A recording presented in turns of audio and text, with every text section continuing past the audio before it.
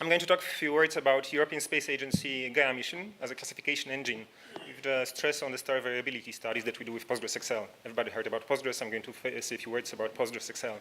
So Gaia is a cornerstone mission from ESA. There's hundreds of scientists, there's a number of processing centers, there's petabyte scale, there's 2 decades of life for many people, and the ultimate goal is to create dynamic 3D map of the galaxy. And my team task is to do variability studies. Part of the stars are basically doing something over the time. So this is 10,000 times more accurate, 10,000 more times bigger effort in comparison to the previous efforts.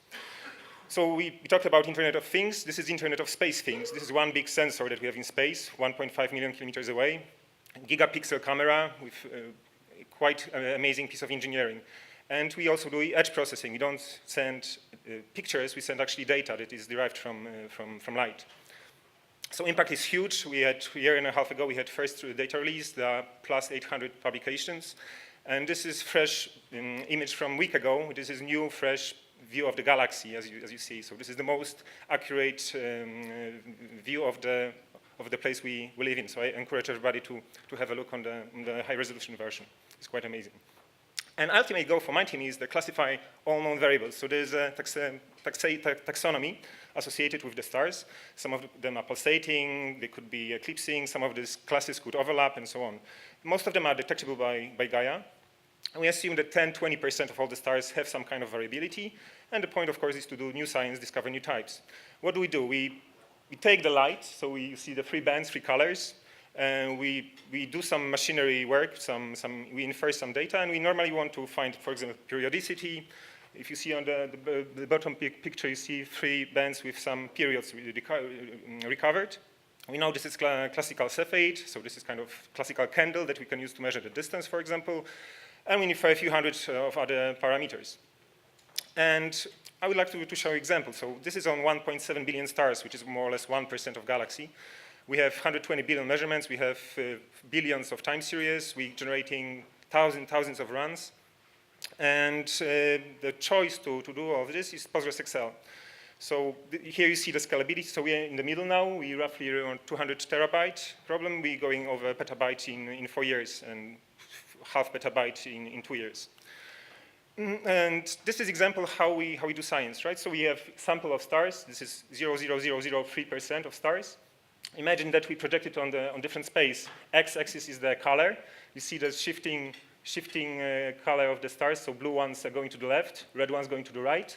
Red ones are cooler, blue ones are hotter. And then you order by luminosity, by brightness, as we see it. Because Gaia gives us extremely good, for some of the stars, extremely good measure distance. We can also apply the absolute luminosity. What we end up with is a Hertzsprung-Russell diagram, like fundamental diagram for any astronomer or astrophysicist. And from this, we can infer where certain types of stars are going to be. So basically, star classification. This is one of the hundreds or thousands even of plots that we do, just to show you how we do this.